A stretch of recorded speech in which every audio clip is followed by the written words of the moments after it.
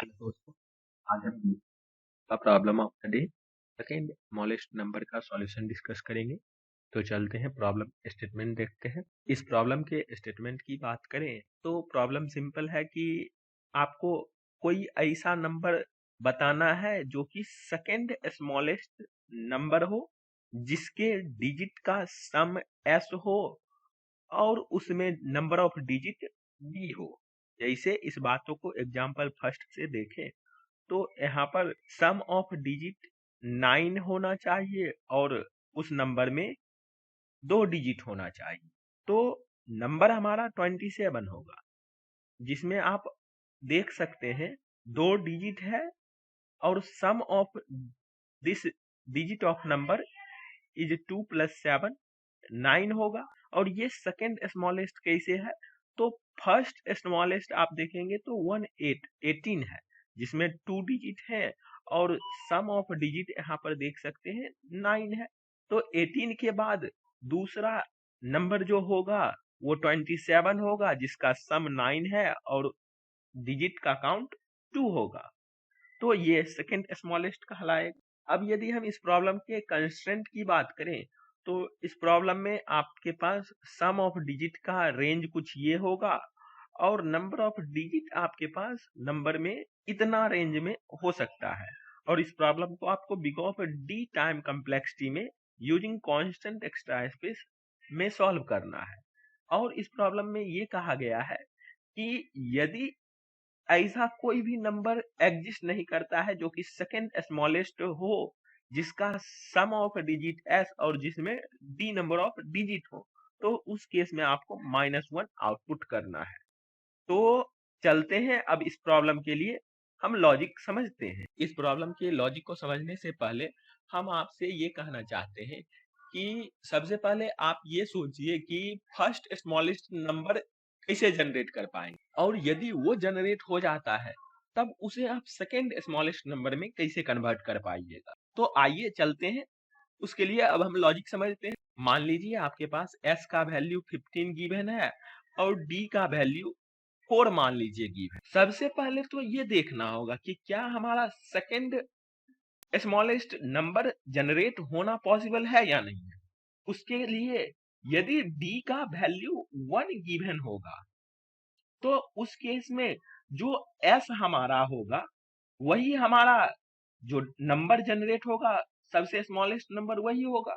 जैसे D1 होता और S मान लीजिए 5 होता तो नंबर भी हमारा फर्स्ट स्मॉलेस्ट 5 ही होता।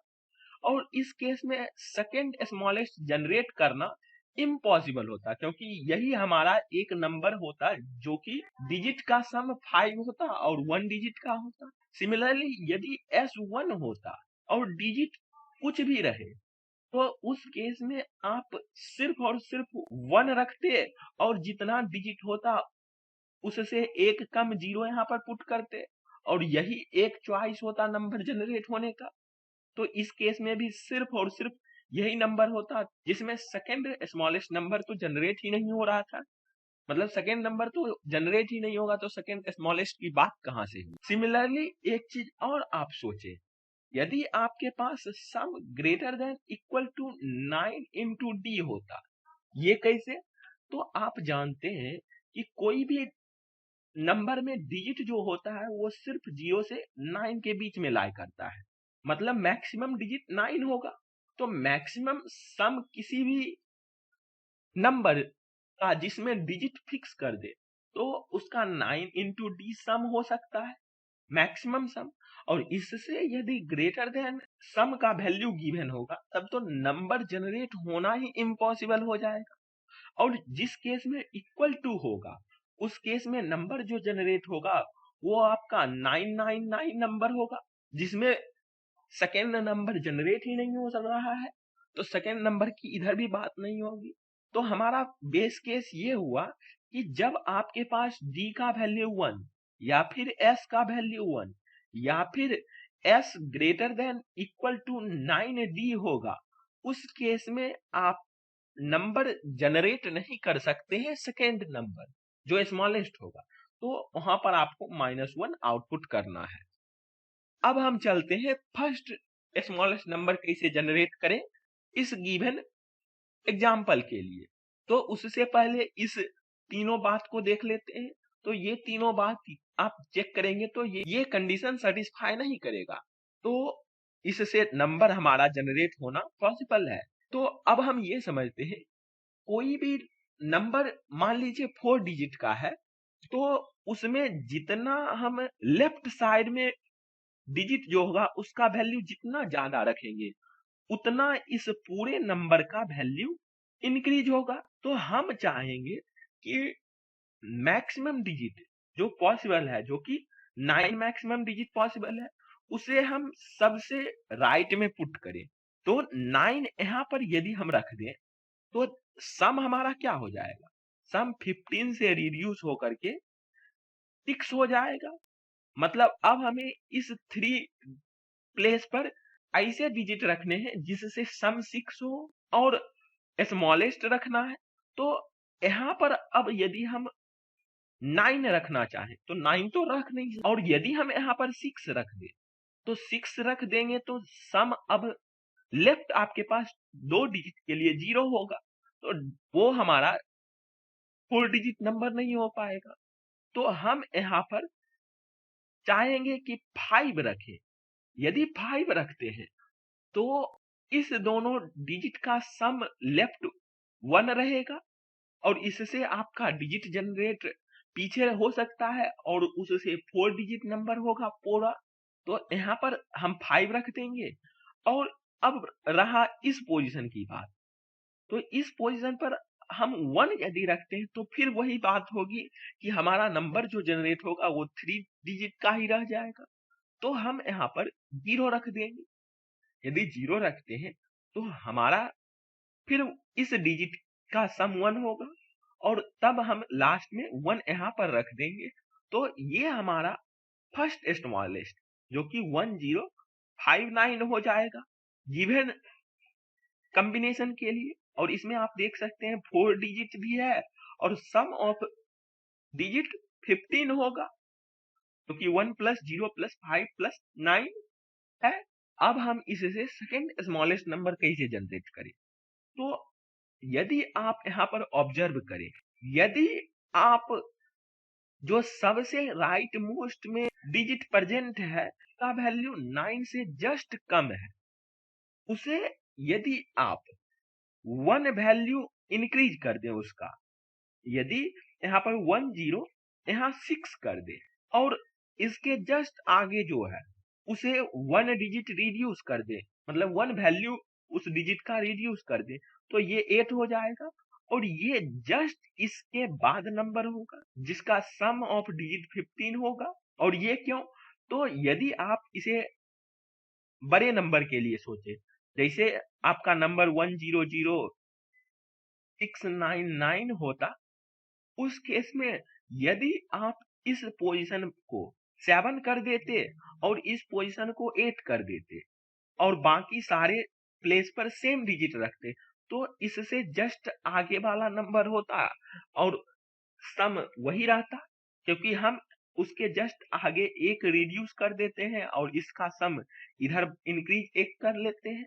और ये स्मॉलेस्ट कैसे है, तो यदि आप किसी दूसरे डिजिट को इधर उधर करते हैं, जैसे इस डिजिट को तो आप छेड़छाड़ कर ही नहीं सकते हैं, क्योंकि इसे यदि आप इंक्रीज करेंगे तो 9 से ज्यादा डिजिट पॉसिबल नहीं है। लेकिन यदि आप इसे छेड़छाड़ करें या फिर इसे करें तो इससे एक ज्यादा कर सकते हैं, मतलब इसे 1 डिनोट कीजिएगा। यदि इसे 1 करते हैं तो ये तो इसके जस्ट आगे जो होगा वैल्यू वो कम होगा और नंबर हमारा ओवरऑल इंक्रीज हो जाएगा। तो हम सिंपली ऐसा ही लॉजिक अप्लाई करेंगे अपने प्रॉब्लम में। तो चलते हैं, आइए अब हम इसके लिए कोड समझते हैं। यहाँ पर सबसे पहले हम जावा कोड डिस्कस करेंगे। यहाँ हमें सेकेंड स्मॉलेस्ट फंक्शन गिवन है, इसे ही कंप्लीट करना है। सबसे पहले हम चेक कर लेंगे कि क्या हमारा डिजिट जो है उसका काउंट 1 है या फिर सम जो है वो 1 है या फिर s greater than equal to 9d है।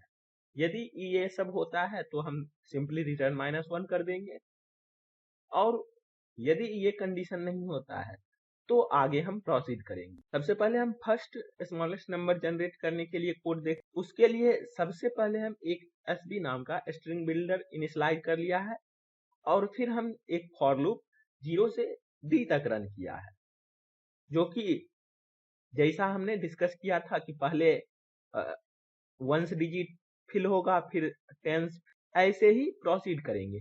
उसके लिए एक हम डिजिट नाम का इंट टाइप का वेरिएबल इनिशियलाइज कर लिया है, जो कि ये हम डिसाइड करेंगे कि गिवन पोजीशन पर हम कौन सा डिजिट रखेंगे। तो उसके लिए सबसे पहले हमें देखना होगा कि क्या सम हमारा ग्रेटर देन 9 है। यदि सम ग्रेटर देन 9 होता है तब तो हम डिजिट 9 रख देंगे उस पोजीशन पर और सम को रिड्यूस कर देंगे बाय 9, इसलिए s माइनस इक्वल टू 9 कर दिया है। और यदि सम हमारा 9 से लेस देन या फिर इक्वल टू होता है तो उस केस में हम देखेंगे कि क्या हमारा जो डिजिट जनरेट करने के लिए लेफ्ट है वो सिर्फ एक ही डिजिट अब लेफ्ट है, जो कि तब होगा जब हमारा आई सबसे लास्ट में पहुंच जाएगा, मतलब इस पोजीशन पर।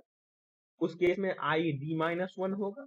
तो यदि आई d-1 होता है तो उस केस में डिजिट हमारा डायरेक्टली जो सम है लेफ्ट वही रह जाएगा।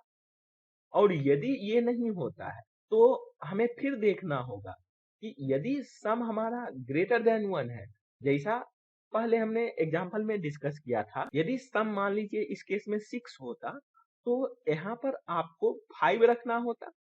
तो वही हम यहाँ पर डिजिट को s-1 से इनिशियलाइज कर देंगे और s को अपडेट कर देंगे 1 से, क्योंकि यहाँ पर इस केस के लिए 5 रख दिए थे।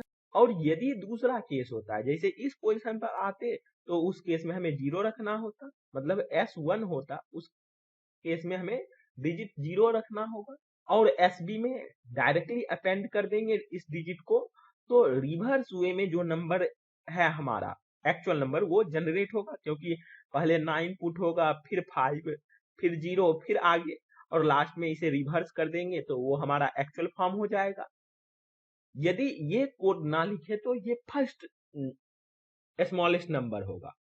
लेकिन यदि हम यहाँ पर अपडेट कर दे, हमें क्या करना होता था, तो हमें वैसे पोजीशन पर उस डिजिट को अपडेट करना होगा जब हमें सबसे राइट डिजिट का वैल्यू लेस देन 9 हो। मतलब जब हमें इस फॉर लूप में सबसे पहली बार लेस देन 9 इस डिजिट का वैल्यू होगा तब हमें अपडेट करना होगा। वो हमें इस डिजिट को इंक्रीमेंट करना होता था बाय 1, तो डिजिट को इंक्रीमेंट कर देंगे बाय 1। और ये काम हमें सिर्फ एक बार करना है, तो एक बार करना है, इसीलिए हम एक इज चेंज्ड बुलियन नाम का वेरिएबल फॉल्स से इनिशियलाइज कर दिया है। और जब हम एक बार चेंज कर लेंगे तो इसे अपडेट कर देंगे ट्रू से, और फिर उसे बाद में हम अपडेट नहीं करेंगे। तो इसीलिए हम यहाँ पर ये काम होने के बाद चेक करेंगे कि क्या इज चेंज हमारा फॉल्स है। यदि फॉल्स होगा और डिजिट का वैल्यू जो आया है वो लेस देन 9 होगा और जो है एसबी ये वाला इसका लेंथ ग्रेटर देन 0 होगा, ये आप चेक करें या ना करें इससे कोई फर्क नहीं पड़ता है। ये बस हम यहाँ पर यूज करेंगे, इसीलिए आपको दिखाने के लिए यूज कर रहे हैं। और ये केस होगा तो डिजिट में इंक्रीमेंट कर लेंगे बाय 1, और उसके जस्ट आगे वाला डिजिट जो होगा, मतलब इससे पहले जो अपेंड कर किया था हमने डिजिट, उसके वैल्यू को 1 से डिक्रीमेंट करना होगा। तो वो कैरेक्टर का वैल्यू क्या हमने रखा था, तो वो 9 ही होगा ऑब्वियस। तो उसे हम यहाँ पर डायरेक्टली एक्सेस कर लिए sb.char@sb.length-1 पर। ये 9 होगा, ये हम भी जानते हैं और ये फिक्स है क्योंकि 9 यहाँ पर हर एक जगह पुट कर रहे हैं। और पहली बार जब डिजिट लेस देन 9 होगा तब हम ये काम करेंगे। तो ये आप एक्सेस कर ले या फिर डायरेक्टली 9 रखें, ये भी कोई मैटर नहीं करेगा।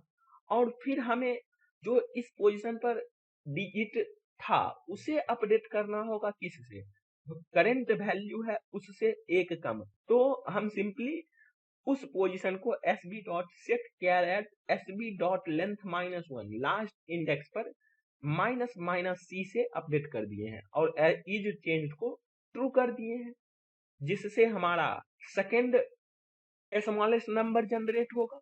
और ये पूरा काम होने के बाद एसबी को रिवर्स यदि कर दें तो एक्चुअल फॉर्म नंबर का हो जाएगा, और फिर उसे स्ट्रिंग में कन्वर्ट कर दें तो ये हमारा नंबर हो जाएगा सेकेंड स्मॉलेस्ट। तो इसे ही आंसर में एज ए रिटर्न कर देंगे। तो इस कोड को सबमिट करते हैं और देखते हैं कि क्या ये रन करता है।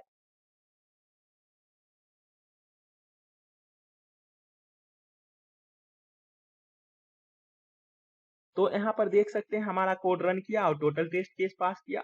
अब सिमिलर वेज में सी प्लस प्लस कोड की बात करें तो सी प्लस प्लस कोड में भी आप देख सकते हैं ऐसा ही लॉजिक हमने अप्लाई किया है और सिमिलर कोड है। तो इस लैंग्वेज के इस कोड को भी सबमिट करते हैं और देखते हैं कि क्या ये रन करता है। तो यहाँ पर देख सकते हैं इस लैंग्वेज में भी हमारा कोड रन किया और टोटल टेस्ट केस पास किया। अब यदि हम इस कोड के कम्प्लेक्सिटी की बात करें तो ये फॉर लूप आप देख सकते हैं सिर्फ डी टाइम रन करेगा। तो टाइम कम्प्लेक्सिटी हमारा बिग ऑफ डी हो जाएगा, जो कि बिग ऑफ एन लिखा है हमने, तो बिग ऑफ डी बोले या बिग ऑफ एन बात एक ही है।